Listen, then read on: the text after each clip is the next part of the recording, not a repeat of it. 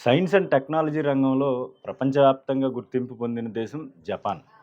Japan నిరంతరం కూడా అనేక పరికరాలను ప్రపంచానికి పరిచయం చేస్తూ సైన్స్ అండ్ టెక్నాలజీ రంగంలో తనకంటూ ఒక ప్రత్యేక స్థానాన్ని ఏర్పాటు చేసుకుంది.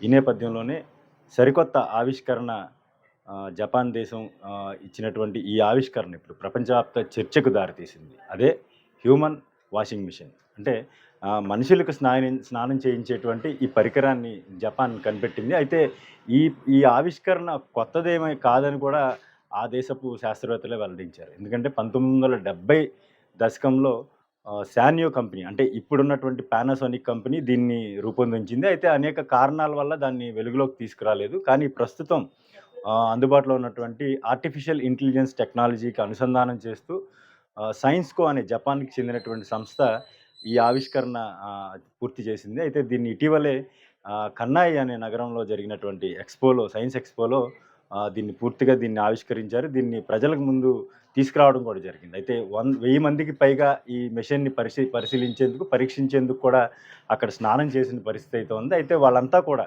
ఈ మిషన్ యొక్క పనితనంపై సంతృప్తి వ్యక్తం చేశారు. దీంతోనే రానున్న రోజుల్లో పూర్తి స్థాయిలో దీన్ని ప్రజలకు అందుబాటులోకి తీసుకొచ్చేందుకు ఉత్పత్తి కూడా ప్రారంభిస్తామని చెప్పేసి సైన్స్‌కో సంస్థ చెప్పింది. దీంతో అంటే ప్రధానంగా చూసుకుంటే మనం పళ్ళు తోముకుంటున్న దగ్గర నుంచి జుట్టు దూకునే వరకు కూడా ప్రతీదీ ఇప్పుడు ఆటోమేషన్. ప్రతీదీ కూడా సైన్స్‌ని అనుసంధానం చేస్తూ ఆటోమేటిక్ వస్తువులైతే వచ్చేసినాయి. బ్రష్ చేసుకోవడం కావచ్చు, ఆఖరికి మలమూత్ర విసర్జన చేసిన తర్వాత కూడా కడుక్కునేందుకు కూడా మనకి మెషిన్ అందుబాటులో వచ్చేసినాయి. దీంతోనే ఇప్పుడు ఎప్పుడైనా సరే మానవులు నిత్యం ఉన్నటువంటి యాంత్రిక జీవనం, వాళ్ళకొక బిజీ షెడ్యూల్‌లో కొంతమంది ఈవినింగ్ అయ్యేసరికి కొంత నీరసం వస్తూ ఉంటుంది. లేపోతే డే అంతా జరిగినటువంటి కొన్ని ఇన్సిడెంట్స్ వల్ల కొంత మానసిక ప్రశాంతతను కోల్పోతూ ఉంటారు. ఇటువంటి వారికి వాళ్ళ మూడ్‌కి అనుసంధానంగా వాళ్ళకి అనుసారంగా అక్కడ ఆ రోజు ఆ మెషిన్‌లో వెళ్లి కూర్చుంటే అక్కడ వీడియో వాళ్ళ మూడ్‌కి వాళ్ళ మూడ్ ఏదైతే అప్పుడు ఉన్న మూడ్ నుంచి బయటికి తీసుకొచ్చేలాగా